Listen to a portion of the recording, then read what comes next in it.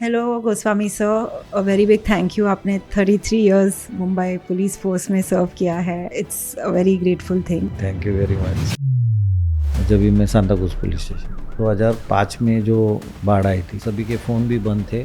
जहाँ पे मैं रहता था वहाँ तो पूरा हमारा फर्स्ट फ्लोर तक पानी था। वो होने के बाद फिर 2011 का टेरर अटैक हुआ, उसके बाद कोविड आ गया। पूरे कोविड भी आप फुल टाइम ड्यूटी पे फुल ही टाइम होंगे। ड्यूटी पे थे। मर्डर केसेस, रॉबरी के केसेस, किडनैपिंग केसेस, उसमें काफ़ी हद तक काम किया। पुलिस ऑफिसर की लाइफ वेरी डिफिकल्ट, क्योंकि कोई वर्किंग आवर्स फिक्स नहीं है। जब कोई त्यौहार होता है, फिर जैसा गणपति आए, दिवाली आए, नवरात्र आए, लॉ एंड ऑर्डर को मेंटेन रखना और क्राइम इन्वेस्टिगेशन बॉम्बे पुलिस के लिए चैलेंजिंग हमेशा रहा है। और अभी हेयरफॉल के मेरे ख्याल से हमारे पुलिस के जो रीज़न से तुम्हारे लाइफस्टाइल में नींद नहीं है और खाने का टाइमिंग नहीं। डॉक्टर अभिषेक पिलानी है, बेस्ट डॉक्टर है। मैंने उनको कहा कि मेरे पास छुट्टी नहीं है तो मेरा एक ही दिन में तुम ट्रीटमेंट कर सकते हो क्या? तो उन्होंने मुझे बोला कोशिश करते चलो। उनके हाथ इतने सॉफ्ट है तो पता ही नहीं चलता है। ग्रोथ आने के बाद तो ऐसा था कि लुक ही टोटल चेंज हो जाता है। हमारा खुद का भी एक अच्छा अपना पर्सनैलिटी डेवलप होती है, कॉन्फिडेंस फील होता है सब चीज़ का। मुझे ऐसा लगता है आप one of the most good looking police officer मैंने देखे हैं। तो थैंक्स टू डॉक्टर आज मेरा ये ट्रांसफॉर्मेशन है।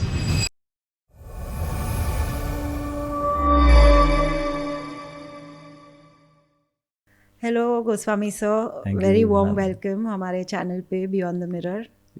Thank you so much sir, यहाँ आने के लिए। Thank you very much too, आपने भी हमें बुलाया और इसके लिए मैं भी आपका बहुत बहुत धन्यवाद करता हूँ। पहले तो sir a very big thank you. आपने 33 इयर्स मुंबई पुलिस फोर्स में सर्व किया है फॉर ऑल ऑफ अस, तो it's a very grateful thing.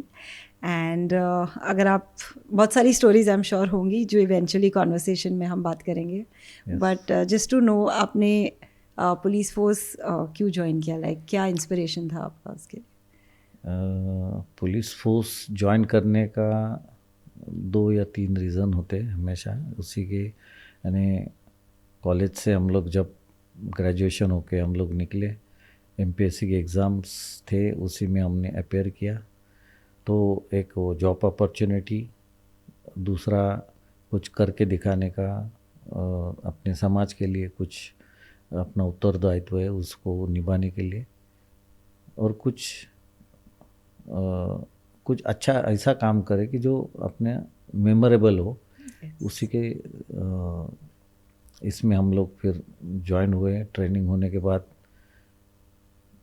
हम लोग 91 में बाहर आए ट्रेनिंग से, नासिक से। एक्चुअली आप ट्रेनिंग की बात करें तो मैंने सुना है पुलिस फोर्स ट्रेनिंग सबसे टफ और बहुत डिफिकल्ट बहुत फेज है। ही आपके लिए कैसा रहा वो? 1 साल का ट्रेनिंग होता है। उसी में काफ़ी एक्सपीरियंस है, रिगरस ट्रेनिंग होती है अच्छी तरह से। और हर सीज़न में तुमको यानी बारिश में भी तुम्हें वो परेड, रनिंग, ये सब चीज़ होती है। यानी वहाँ पर बारिश हो रहा है इसके लिए सब अंदर बैठे ऐसा कुछ नहीं, ऑन ग्राउंड तुम्हारा सब ट्रेनिंग भी रहता है और इन हाउस तुम्हारे कॉलेजेस भी चालू रहते हैं। तो ये सब यानी तुमको मोल्ड करते हैं सब तरह से।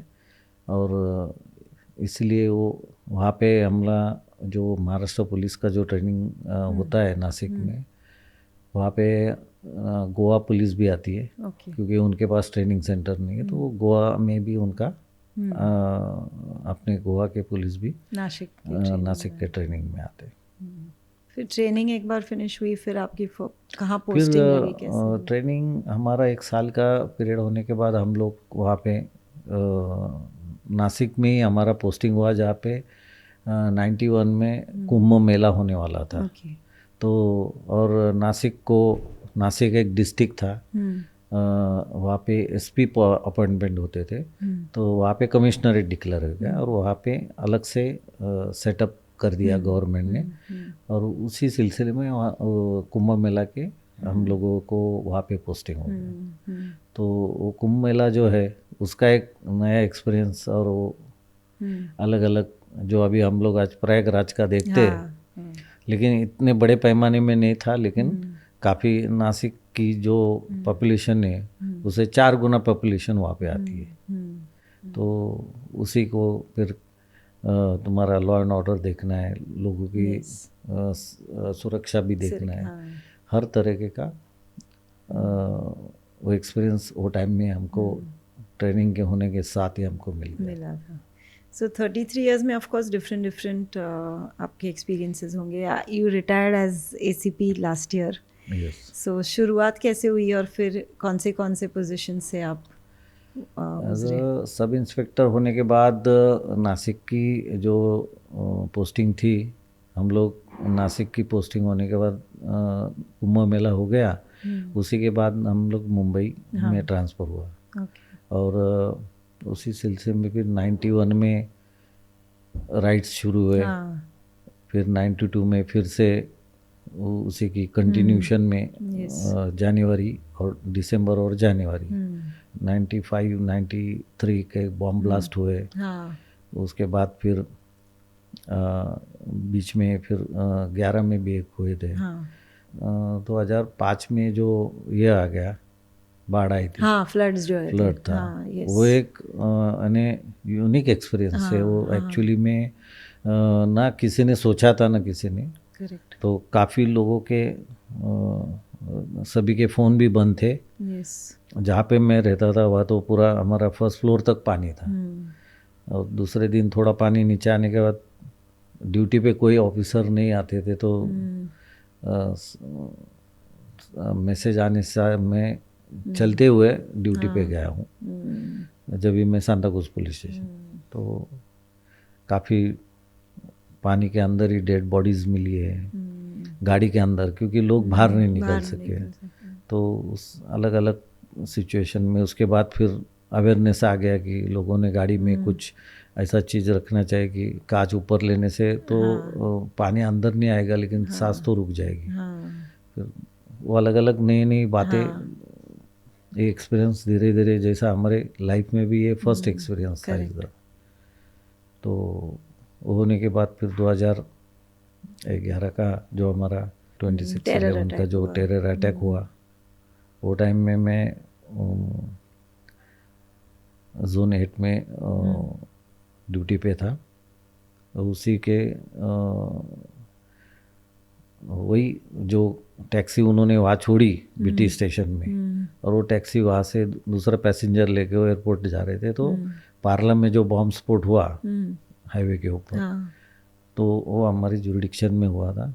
तो उसी सिलसिले में फिर वहाँ फिर काफ़ी चीज़ें जो बॉम्ब ब्लास्ट से संबंधित थी, उसी का एक्सपीरियंस हो गया. ऐसे अलग अलग उसके बाद फिर बाकी लॉ एंड ऑर्डर्स तो आते ही थे. सीए का हो गया, फिर अलग अलग काफ़ी लॉ एंड ऑर्डर सिचुएशन. फिर उसके बाद कोविड आ गया. वो एक अलग एक्सपीरियंस था कि लोगों को जान से डर से अपने अपने घर जाना था उनको. तो उनकी अरेंजमेंट गवर्नमेंट ने भी काम किया, हम लोगों ने भी. पूरे कोविड भी आप फुल टाइम ड्यूटी पे थे. और बहुत से अलग अलग, ये सब इतने जर्नी में अलग अलग एक्सपीरियंस ले चुके हैं सब चीज़ का. कोई ऐसा मेमोरेबल एक्सपीरियंस आपको याद है जो आज भी आफ्टर? मेमोरेबल तो कोई ऐसा गैंगस्टर एनकाउंटर जो आपको याद है? गैंगस्टर्स के इनकाउंटर का नहीं, लेकिन इनकाउंटर का मैं हिस्सा कभी बना नहीं हूँ. उन्हें उसका कभी एक्सपीरियंस नहीं हुआ. लेकिन इनकाउंटर होने के बाद कुछ इन्वेस्टिगेशन के मैटर्स थे, उसी में मैंने कुछ काम किए हैं. उसके बाद बाकी मर्डर केसेस, रॉबरी के केसेस, फिर किडनैपिंग केसेस, ऐसे जो केसेस है उसमें काफ़ी हद तक काम किया है. मैं क्राइम ब्रांच के EOW में भी काम किया, वो इकोनॉमिक ऑफेंस में, जब भी अलग अलग इकोनॉमिकल फ्रॉड्स उसको इन्वेस्टिगेट किया है. काफ़ी बड़े केस में ये भी किया है मैंने, असिस्ट भी किया है हमारे बड़े ऑफिसर्स को. तो वहाँ का एक्सपीरियंस एक अलग है. सेलिब्रिटीज़ के साथ भी आपका इंटरेक्शन? सेलिब्रिटीज़ का ऐसा था कि मैं सांता क्रूज पुलिस स्टेशन में था, तो हमारे जोन 9 पड़ता था वो. और वहाँ से ये हमारे जो उमंग वगैरह जो कार्यक्रम होते हैं जो पुलिस के वेलफेयर के लिए जो एंटरटेनमेंट होता है, सब फिल्म स्टार्स लोग आते हैं, तो उनको कोऑर्डिनेट करना, उनको ये करना, तो हमारे जो वरिष्ठ अधिकारी होते थे उन्हीं के मार्गदर्शन से और उन्हीं के इनके तो कंटिन्यूशन में मेरा पूरा पोस्टिंग वेस्ट रीजन में हुआ है। तो हर साल उसका मुझे एक्सपीरियंस होता था और सब वरिष्ठ अधिकारी मुझे बुला के उनके साथ में काफ़ी उसके वजह से काफ़ी फिल्म लाइन लोगों से, प्रोड्यूसर से, डायरेक्टर से, एक्टर से काफ़ी मुलाकातें और उनसे रिलेशंस भी अच्छे हुए। और पॉलिटिशियंस के साथ भी आप? पॉलिटिशियंस के साथ में भी सभी से, क्योंकि काम से पुलिस स्टेशन में काम होता था तो हर एक इंसान का पॉलिटिशियंस भी हर पार्टी के लोगों के साथ में हमारा रिलेशन अच्छे होते थे। और हम जब से हमने शुरुआत की थी तो हम लोगों के जो बॉसेस थे उनके रिलेशंस अच्छे थे, इस वजह से हमारे भी रिलेशन उनके साथ अच्छे हो गए और अभी तक सभी के साथ में वही रिलेशंस अभी भी अच्छे हैं। कभी ऐसा कुछ डिपार्टमेंट के अंदर स्ट्रेस लगा because of the seniors? Coincidentally मैं मेरे अपने आप को एक बहुत भाग्यशाली समझता हूँ। मैं मुंबई पुलिस में काम करते हुए रिटायर हुआ हूँ, लेकिन मुझे अभी तक ऐसा लग रहा है कि मैं अभी भी वो पुराने दिन याद करता हूँ तो मुझे जितने भी मेरे वरिष्ठ अधिकारी मिले उन्होंने मुझे एक बेटे की तरह ही ट्रीटमेंट किया है। तो इस वजह से मुझे कोई चीज़ की आज तक कभी स्ट्रेस मैंने लिया ऐसा कभी नहीं लगा मुझे, क्योंकि उन्होंने जो इतना प्यार से और इतना बहुत केयरिंग नेचर के थे सभी अधिकारी जो मुझे मिले, और उस वजह से कभी इस चीज़ का मुझे ये नहीं लगा। ऑल्सो आई थिंक आपकी या कोई भी पुलिस ऑफिसर की लाइफ वेरी डिफ़िकल्ट, क्योंकि कोई वर्किंग आवर्स फिक्स नहीं है। कभी कभी आप काफ़ी दिनों तक भी घर नहीं आते रहोगे। एंड आई थिंक ऑल जो हम देखते हैं, जैसे दिवाली हो गया, कोई भी ओकेजन हुआ, आपको हमेशा ड्यूटी पे ही रहना है, तो फैमिली से ऑलवेज अवे। सो कैसे आपने ये सब डील किया? ऐसा है कि जो पुलिस का काम ही लॉ एंड ऑर्डर और लोगों की सुरक्षा रखना, लॉ एंड ऑर्डर को मेंटेन रखना और क्राइम इन्वेस्टिगेशन, तो ये सब काम में तुमको वक्त देना पड़ता है। क्योंकि जब कोई त्यौहार होता है तो लोग पूरी एंटरटेनमेंट के लिए बाहर आते जाते या उसको एंजॉय करते, तो वो टाइम में कोई घटित नहीं घड़े या कोई बुरी बात नहीं हुए, इसके लिए पुलिस को रास्ते पे होना और उनको उस चीज़ को ध्यान रखते हुए सब चीज़ को मेंटेन रखने के लिए वो फिर ऑन ड्यूटी होते।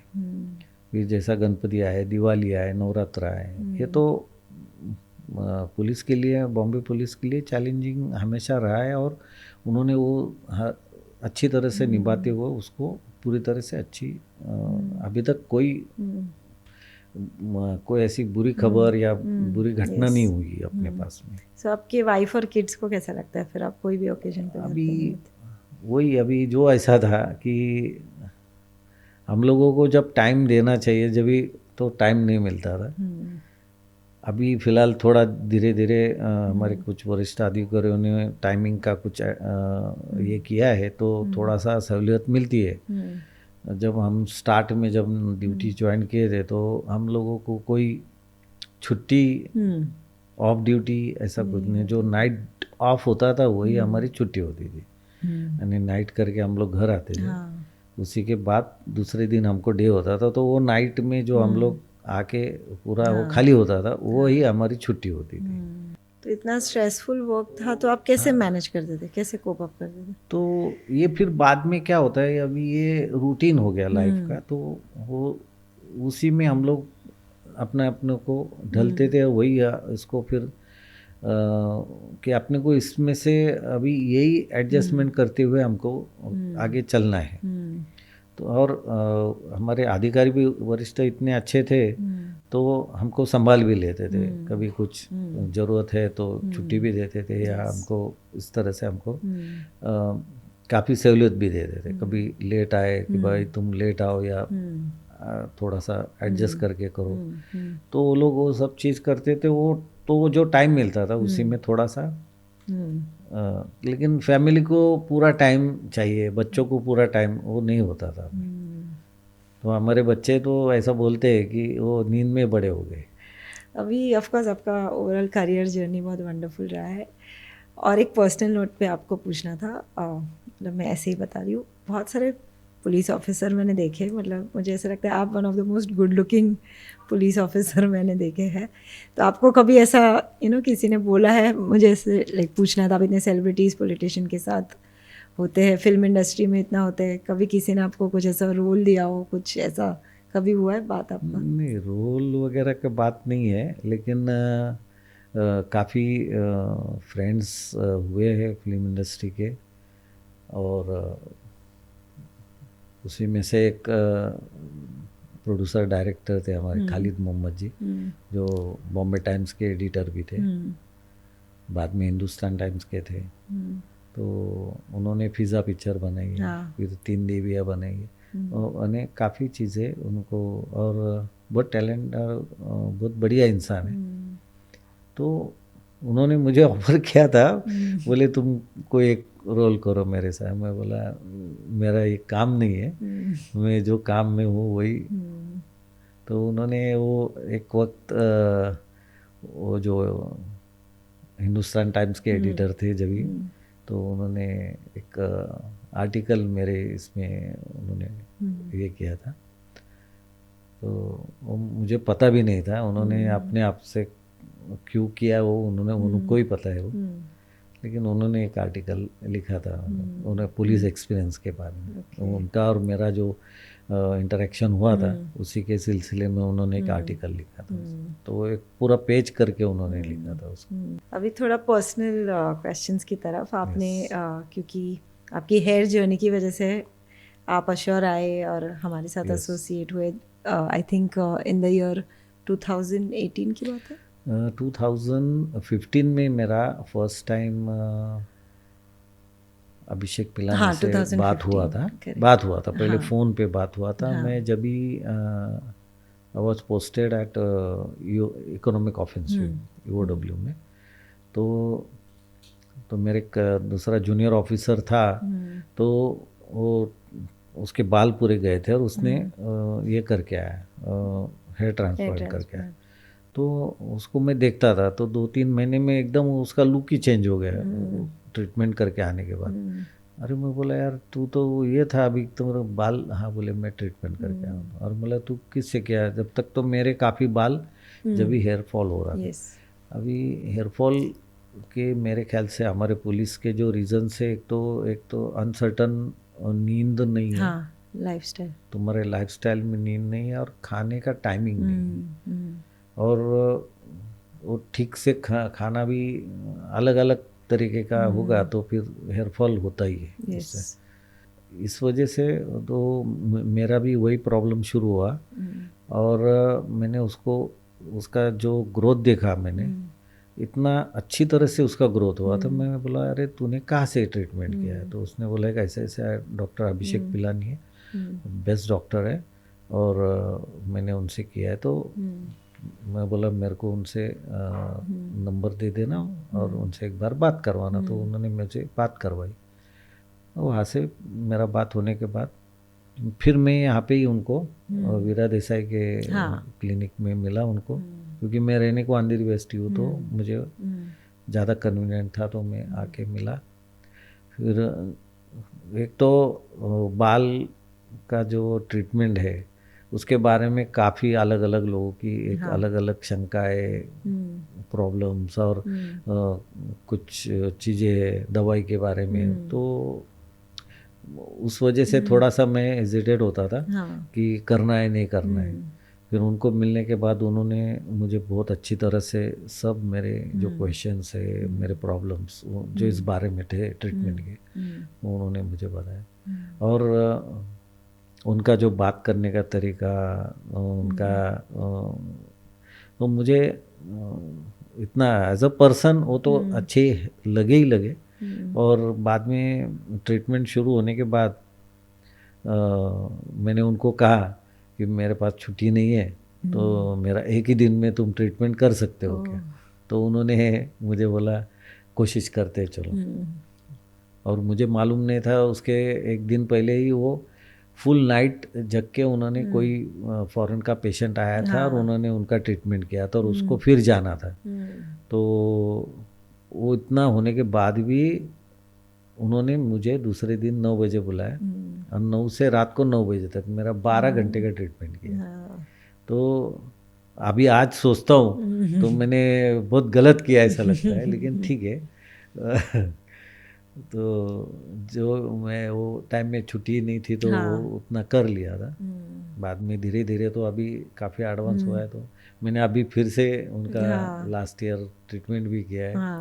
तो उनके हाथ इतने सॉफ्ट है, जो मुझे एक्सपीरियंस है कि उनका जो एनेस्थेशिया देने का भी तो पता ही नहीं चलता है। दूसरा फॉलिकल्स निकालते हुए भी पता नहीं चलता है और लगाते हुए भी पता नहीं चलता। यानी ये मेरा खुद का एक्सपीरियंस है जो मुझे तो उस वजह से मैंने सेकंड टाइम भी मैं पूरा जो बचा हुआ था वो मैंने फिर किया और आज मेरा ये ट्रांसफॉर्मेशन है। सो कितना मंथ्स में ग्रो हुआ? और आपका जब प्रोसीजर जस्ट हुआ तो ड्यूटी पे जाना भी डिफ़िकल्ट होगा थोड़ा सा, वर्क पे कैसे मैनेज करते थे वो वीक में? तो वीक में लोग अभी मेरा ट्रीटमेंट होने के बाद काफ़ी ऑफिसर्स काफ़ी लोगों ने मुझे देखते हुए अरे आपका तो बहुत बढ़िया बना है तो हमें भी करना है। तो बोले आप तो ऐसा भी कर सकते हो, ड्यूटी करके भी करके फिर ड्यूटी भी कर सकते हो, या तो तुम 2-3 दिन का छुट्टी लेके भी करके कर सकते हो।